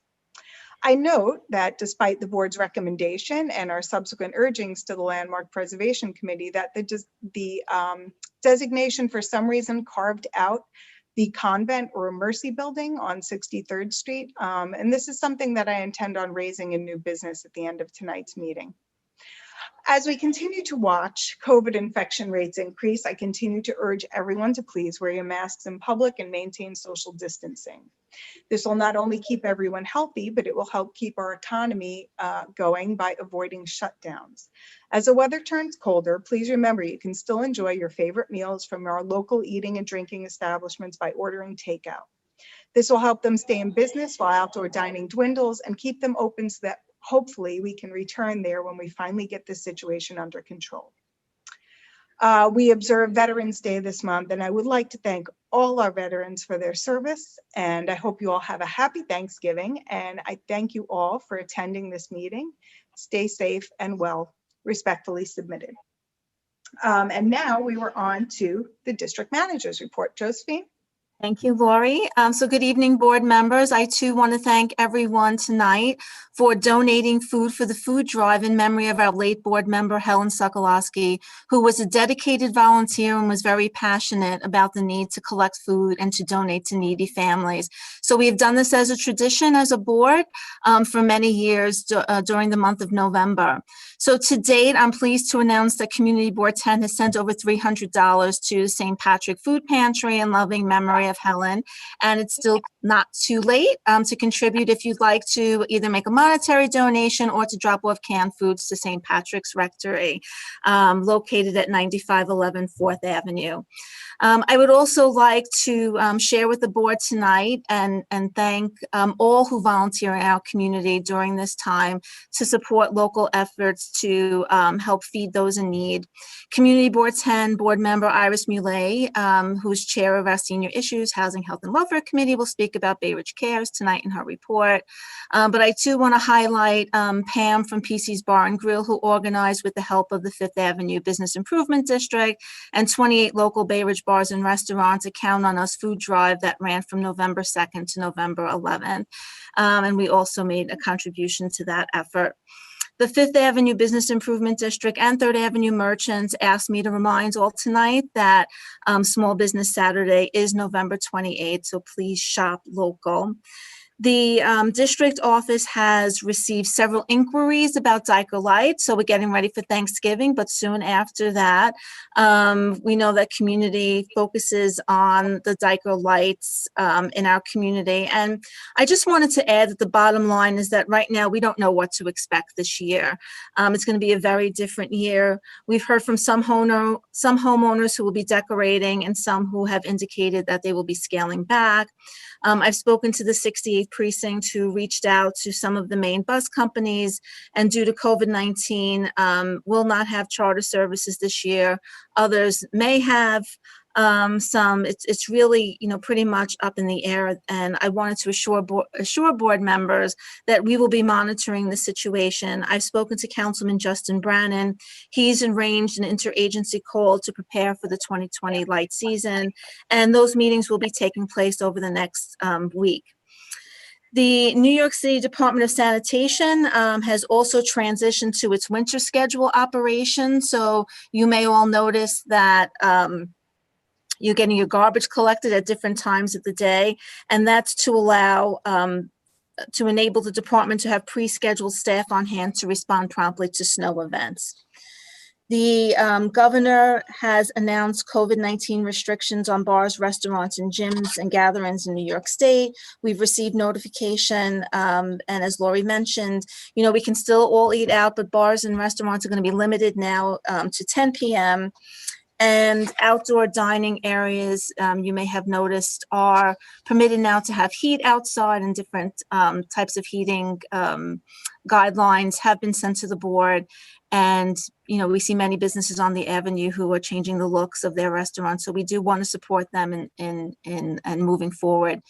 The New York City Department of Transportation and Buildings announced the extension of the outdoor dining areas, as I mentioned. The New York City Parks Department, in partnership with New York City DOT, will be hosting a public input meeting and open house tomorrow, November 17th at 6:30. I'm going to send out a reminder tomorrow. If you have not yet registered, you're still able to do so. Their meeting is to kick off a conceptual planning process for improvements to New York City Parks Greenway in Southwest Brooklyn from Leif Erikson Park in Bay Ridge, past Owl's Head Park and along Shore Parkway down to Coney Island Boardwalk. But pre-registration is required, so if you are interested, you need to pre-register. I just have a few announcements. The New York City Department of Sanitation will be changing their collection schedule next week for Thanksgiving Day, so please make note of that. I will email that out to everyone. The Friday after Thanksgiving is not a city holiday. Each year, we come in Monday morning and we get lots and lots of complaints of people who don't move their vehicles for alternate side parking and our summons. So please help spread the word, and we will do so via social media and through our newsletter. Our next general board meeting will be on Monday, December 21st, right here on Zoom. And on behalf of the district office staff, we too would like to wish everyone a very happy Thanksgiving. So Thank you, Josephine. And now our treasurer's report with Shirley Chin. Good evening, everyone. Treasurer's report as of October 31st, 2020. Total personal services is $78,721.99. Total other than personal services is $2,492.24, leaving an encumbered budget balance of $172,580.77. And happy Thanksgiving to everyone. Thank you, Shirley. And now we have committee reports, the Police and Public Safety Committee report with Barbara Vellucci. Hi, everybody. I couldn't get 2 months off in a row now, could I? No. Right. But this is good. This is good. Liquor license applications means, businesses. So let's go. I'm very, very happy. 2 great places. Okay, so we met on November 12th, and we were in quorum.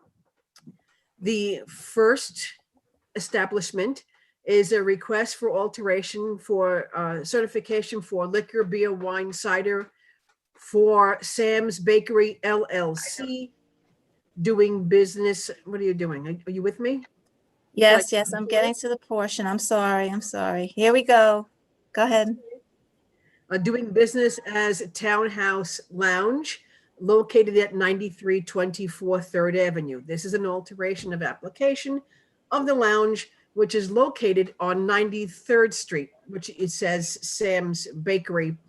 The owner, Robert Ziotti, was present and is taking over the adjacent premises, formerly known as Kimchi Restaurant, on the corner of 3rd Avenue, creating one establishment. This application has the certificate of occupancy. A menu and photos were provided, and he will be continuing the Korean cuisine. There will be outdoor dining as per the New York City, New York State COVID regulations. The owner intends to maintain outdoor dining as it will be a permanent practice here in New York City. There will only be background recorded music and occasional live jazz music, as is in the smaller bar up the block. There is no adverse history associated with this owner. After a discussion period, the committee's decision was to deny this application unless the owner agreed to the following stipulations. The premises will operate as a restaurant. There will be no sale or consumption of alcohol on the premises until appropriate authorization is issued by SLA.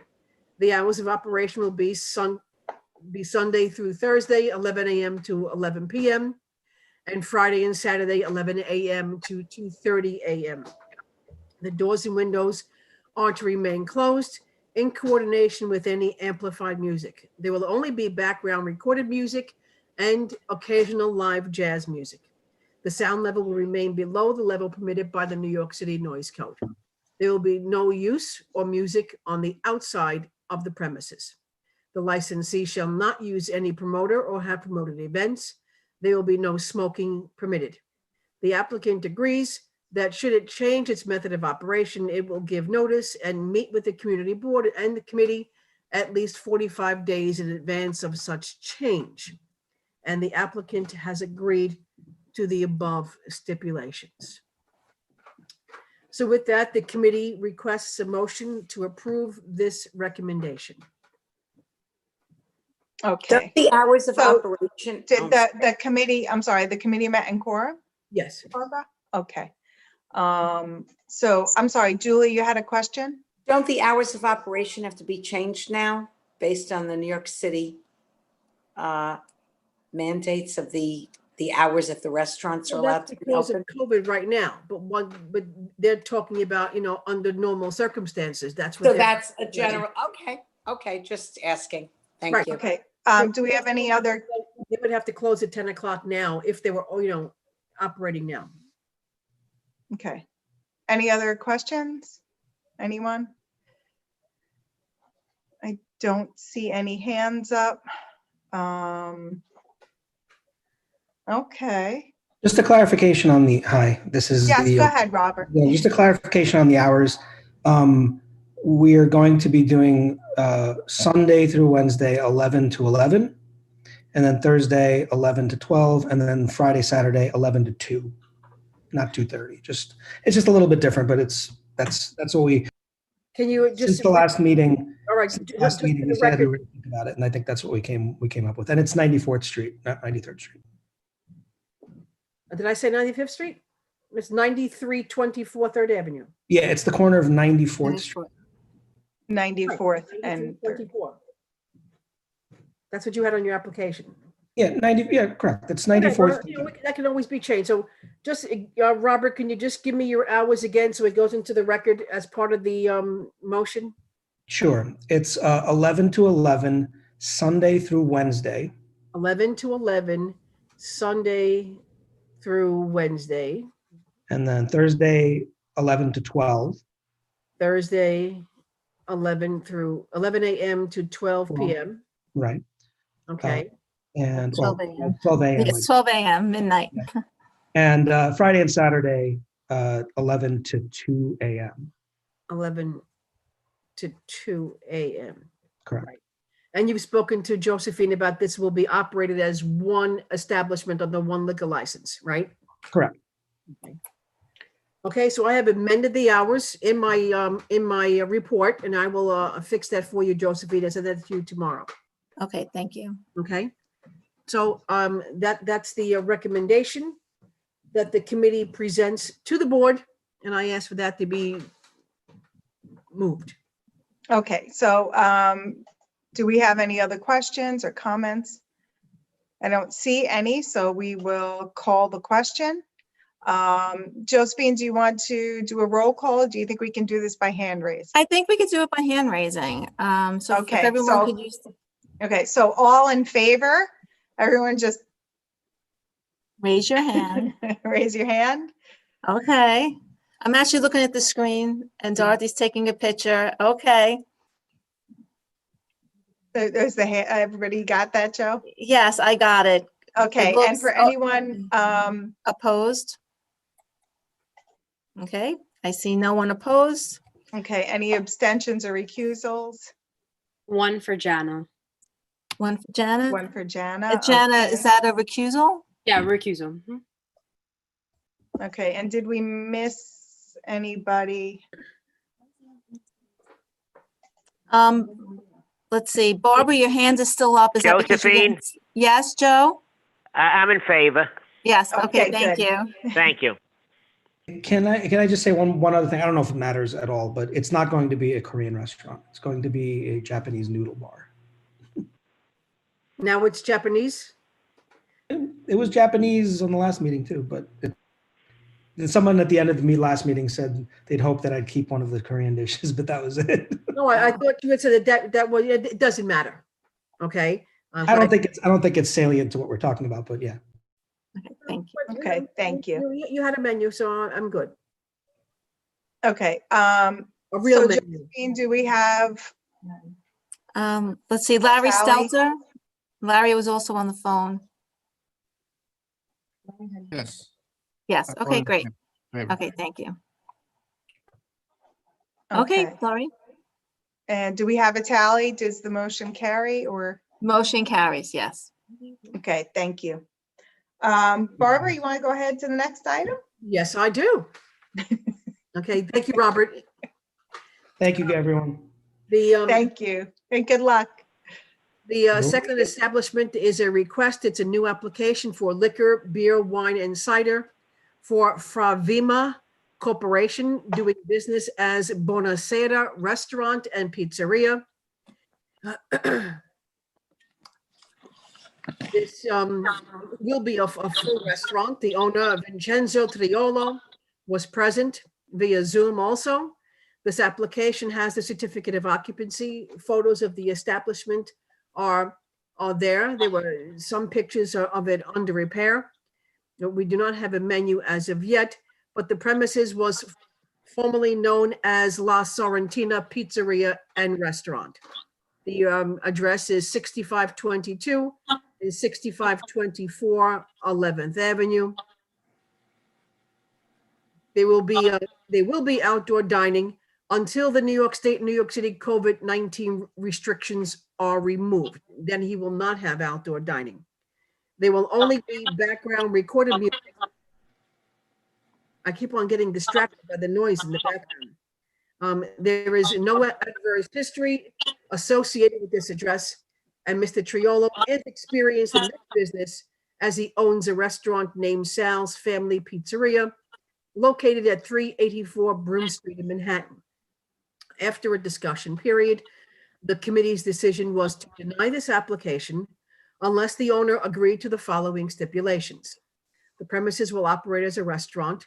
There will be no sale or consumption of alcohol on the premises until appropriate authorization is issued by SLA. The hours of operation will be Monday through Sunday, 11 a.m. to 11 p.m. The doors and windows are to remain closed in coordination with any amplified music. There will only be background recorded music, and the sound level will remain below the level permitted by New York City Noise Code. There will be no use of music on the outside of the premises. The licensees shall not use any promoter or have promoted events. There will be no smoking permitted. and the applicant agrees that should it change its method of operation, it will give notice and meet with the community board at least 45 days in advance of any such change. The applicant has agreed to all of the above stipulations. So with that, the committee requests a motion to approve this recommendation. Okay. So the motion is on the floor. Do we have any discussion? Yes. Okay, go ahead, Ann. A question, is it one, the La Sorrentina was a row of buildings, about 4 or 5 buildings. Is this application pertaining to one of those or the entire run? They have 2 house numbers. They have Oh, 2, 6522 and 6524. The two of the buildings. Thank Right. you. Thank you. Are there any other questions? Anyone? I do not see any. Oh, I don't see anyone with a hand up. No? Okay, then we will call the question. I'm going to try to do this by a show of hands again. So all in favor?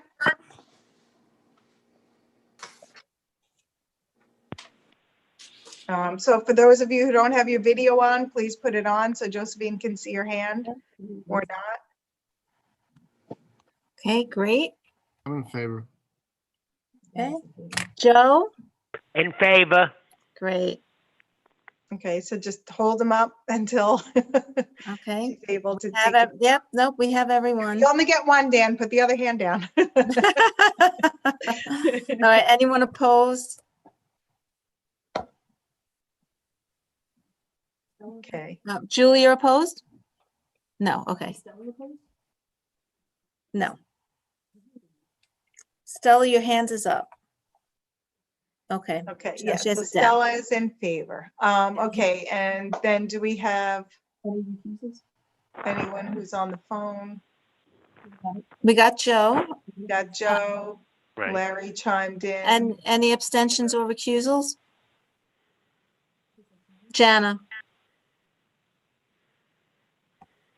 Okay, Okay. so how are we doing? What's the We are tally? motion carries. Okay, thank you very much. Thank you to the applicant and good luck. I'm looking forward to it. I like Sal's on Broome Street, so. Next, No, I'm not done. Barbara, you have one more item. Right. Okay, so the 6-8 police precinct also was part of this meeting. There were 4 officers of the precinct present. They were Michael Penapinto. Forgive me, officer, if I don't pronounce your names correctly. Frank Ingebretsen, Ingebretsen, and highway officers Eric Miller and Harrison Nodubueze, Ndubueze. The community board requested enforcement data in response to a resident who attended the public session of last month's general board meeting and spoke on behalf of several residents and business owners. She raised pedestrian safety concerns related to a growing number of motorized vehicles, known as scooters, riding recklessly on local sidewalks and on the Fifth Avenue commercial corridor. She added that the outdoor restaurant seating areas, because of that, many patrons were fearful. The officers spoke about local enforcement efforts to address safety concerns regarding these motorized vehicle operators not following the rules of the road, which include wearing helmets, obeying traffic signals, riding in the proper direction, overloading the vehicle with too many passengers, and riding on the sidewalk. So the officers talked about some of the tickets that have gone out because of that. This committee discussed a future community education campaign, perhaps through our Traffic and Transportation Committee. In addition, we're going to invite Councilman Bran to this meeting, as we need to learn more about the new legislation that will soon legalize motorized scooters in New York City. Respectfully submitted. Thank you, Barbara. So that report is just informational. It does not require any vote. And now we have Senior Issues, Housing, Health, and Welfare Report. An update on a number of items. So thank you, Lori. You're welcome. Go ahead. Thank you, Iris. The committee meeting was held on October 22nd. It was a Zoom meeting. It was convened by the chair at 7 p.m. and live streamed on YouTube. Marissa Perez, a new committee member, was introduced at that meeting. This is the first committee meeting held since the spring. As such, we invited representatives of 3 community-based agencies to tell us about their important activities which have supported vulnerable neighbors during the COVID-19 pandemic emergency. Bay Ridge Cares. Bay Ridge Cares, their website is simply bayridgecares.org. Karen Tedros, she's the founding president, gave a brief overview of how Bay Ridge Cares began in 2012 at a time of another crisis, Superstorm Sandy, when now Councilman Bran reached out to Karen. Together with the help of volunteers and local elected officials, they provided 25,000 meals to those in need. After that, the nonprofit agency emerged, and over the last 8 years, the agency now has over 600 volunteers, providing services that range from orchestrating a full renovation of the Fort Hamilton Senior Center to small local cleanup events. So they're involved in so much in the community. During the pandemic, Bay Ridge Cares, with added COVID relief funds, is again addressing needs during an emergency, extending services beyond Bay Ridge to all communities served by our local elected officials. Where am I? Sorry, it's not. I'm reading off my report, and now I didn't move it, and it's not moving for me. There we go. Sorry. So specifically during the COVID crisis, Bay Ridge Cares partnered with other organizations such as the Bay Ridge Center and Catholic Charities to provide their members and clients with masks and fresh food. All were delivered to homes by volunteers. Their volunteers also ran a wide range of errands and made follow-up wellness calls to all that sought their services. Again this year, Bay Ridge Cares will be serving Thanksgiving meals. Traditionally, that's done at Shore Hill, both for its residents and people of the community come in for the meal. This year, with people unable to gather, all meals will be delivered, again, to those residents at Shore Hill and to residents throughout the community. The meals will be delivered on November 25th, the day before Thanksgiving. And then on Thanksgiving, everyone will receive a wellness call from the volunteers. Committee members were very impressed with all that they heard about what Bay Ridge Cares has done and is doing and has done during this COVID crisis. Committee members expressed their gratitude to Karen for her leadership and the wonderful work of the volunteers, this volunteer-based organization, and its significant contribution to the community. Thank you so really, much. Really tremendous in the fact that there are currently 600 volunteers and clearly welcome any others from the community who would like to participate.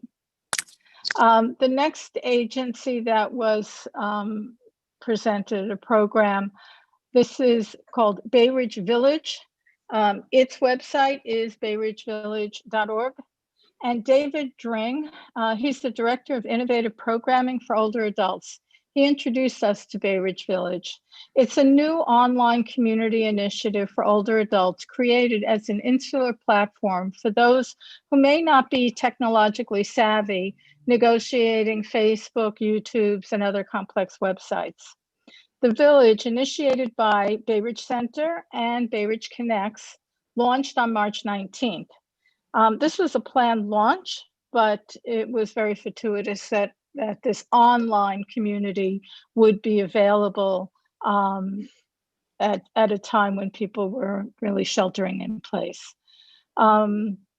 So it is managed with the support of a tremendous group of social work students. This year, through Bay Ridge Center and Bay Ridge Connects, 17 social work students are having their internships, and many are working on this project. In addition to social aspects, the platform connects members with information, resources, and programming from Bay Ridge Center and Bay Ridge Connects.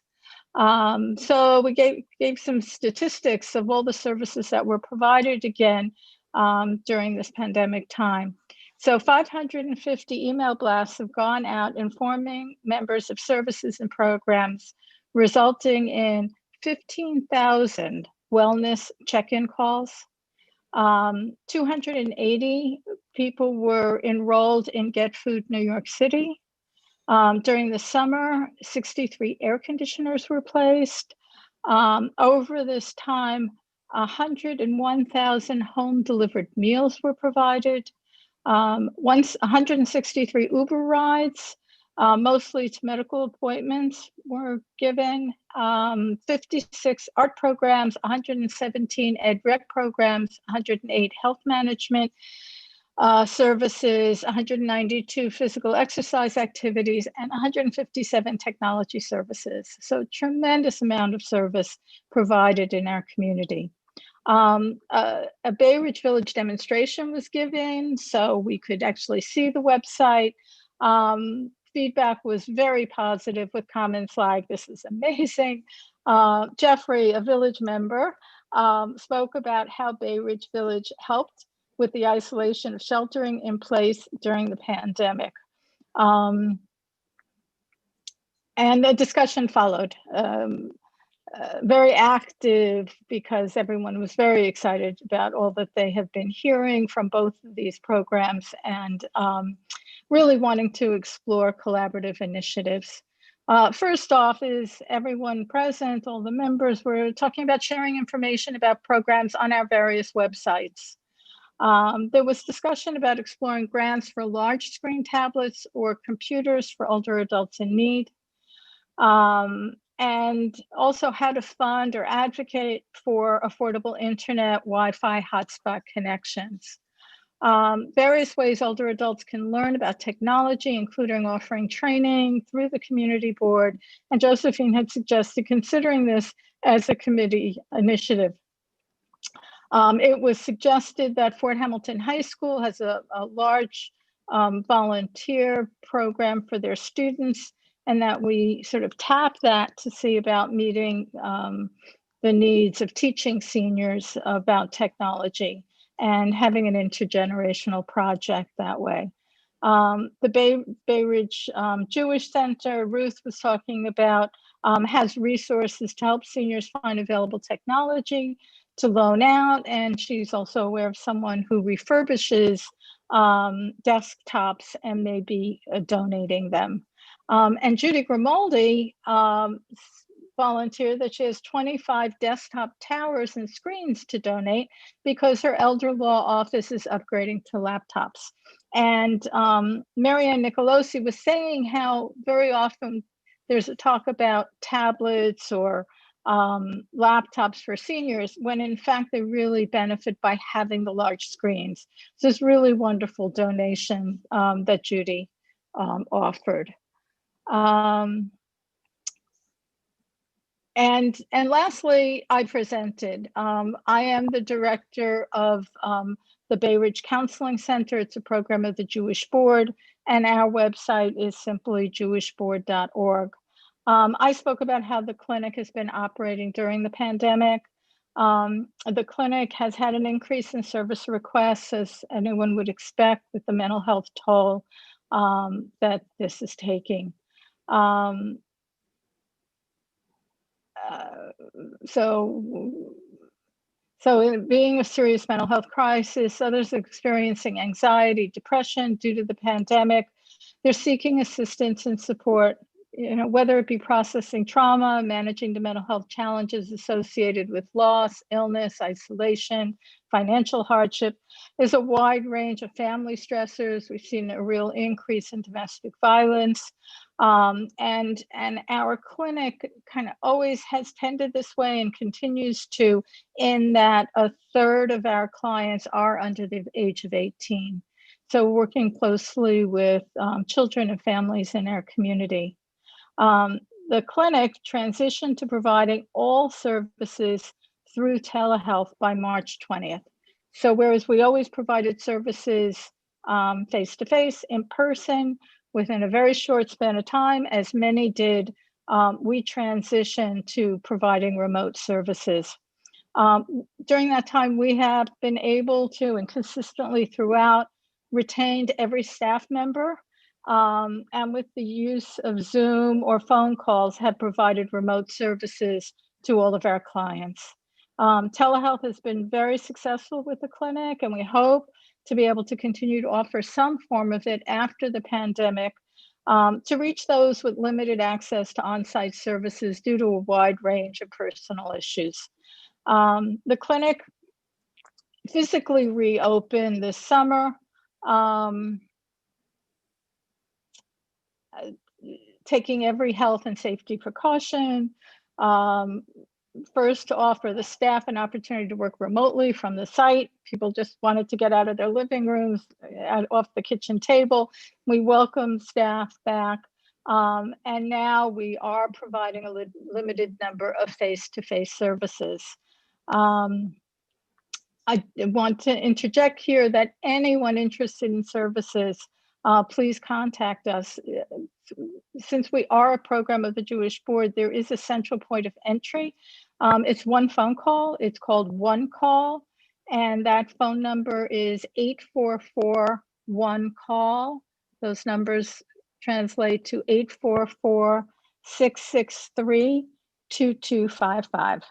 And the clinic accepts Medicare, Medicaid, most insurances, and financial need-based sliding scale for those without insurance. I also want to give a shout out and thank Lily, one of those social work students. She took minutes for the meeting, and that was very helpful for this report. And that meeting did adjourn at 8:08 p.m. Respectfully submitted. Thank you very much, Iris. And that concludes our committee reports. And now, do we have any old or unfinished business that anyone would like to raise?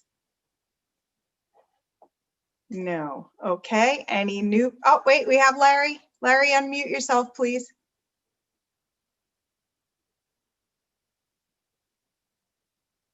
Larry, did you want to speak? Can't hear you. No. There you go. There you go. No, I complain. I meant to Josephine about these drag racing on only 4th Avenue, and it's not just during the night, it's even during the middle of the day. People start drag racing down Bay Ridge Parkway and also on 4th Avenue. Josephine, have you heard that? Yes, Larry, I did relay that to the captain of the precinct. And he assured me that they are doing enforcement of drag racing throughout the community. And we did note both Bay Ridge Parkway and 4th Avenue. Okay. Okay. Anyone else? Would anyone else like to raise anything? Okay, I know this has been a long meeting. I would like to mention one thing that I had mentioned in my chair's report. That was the landmarking of the Angel Guardian home.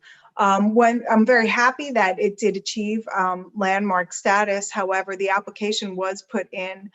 Much of that site had previously been demolished, and they were able to get landmarking for the main building. But there was a second building also on the site that we requested to be landmarked, which was the convent, which has the same architectural value and architectural details as the main building. And for some reason, that building was not included. The landmarks committee carved that out, and this board had voted to include that in the landmarking. And I was hoping that maybe we could just send a letter to our local elected officials and Councilman Menchaca, who did also support this board's recommendation, to reaffirm our request that that be landmarked, and that we send out that letter. I don't know if it will, if the board does support that, I don't know if it would reach it in time, but hopefully in order to save that building. So I would request, I don't know, oh, Anne, I'm sorry, Anne Flutico. I agree wholeheartedly. And also I think it's not just about adding another building of value, but that I would suggest that the two buildings together are a more potent historical piece of work in combination with each other. Okay, thank you, Anne. I don't know if there's anyone else have a comment on that. Oh, go ahead, Steve. What is the proposed use of the building? I know it's landmarked, and I absolutely support that. But what's the proposed use, and would the convent somehow or another tie into that?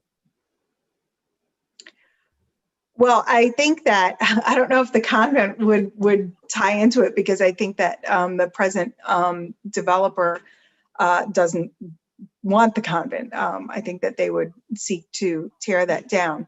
Joe, what's the proposed use? Is it right now for the the main building? proposed, yeah, for the main building, I believe it's going to be a yeshiva, Yeah, or a school. yeah, I It believe it's a deed restriction that it must be a community facility. So I believe, I don't know if there's a firm tenant yet or purchaser, but we had heard that a yeshiva, I believe, was mentioned during the hearing. Yeah, so I don't understand why the convent couldn't, tie into that in some way as a facility that would go along with the yeshiva. Nor do we, and we thought it an odd move by Landmarks. There was some commentary in that regard from some of the other Landmarks members, and so we are hoping to possibly just send a letter. My motion would be to send a letter to request our, just a reaffirmance of the board's position, and to urge our local electeds to make a last push for this. Thank you. Larry? Does the new developer want to just tear it down to, build a larger facility there? Joe, do you know what, You if want they're, to build something else there, or what? So because the building was not landmark, it can be raised.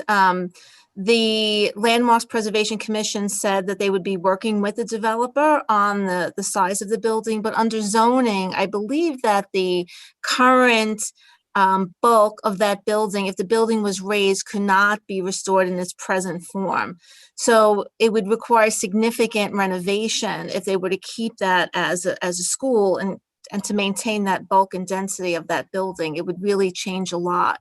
At the hearing, the commissioner said that they had a commitment from the developer to kind of work with them, but not save the building, kind of work on scope and design of the building. Build something larger on that site. Can they? Within the same footprint. They could You're make talking it the convent, right? The convent building, yes. They can make it 4 stories if they wanted to. Yep, they could square it off. Mhm. okay.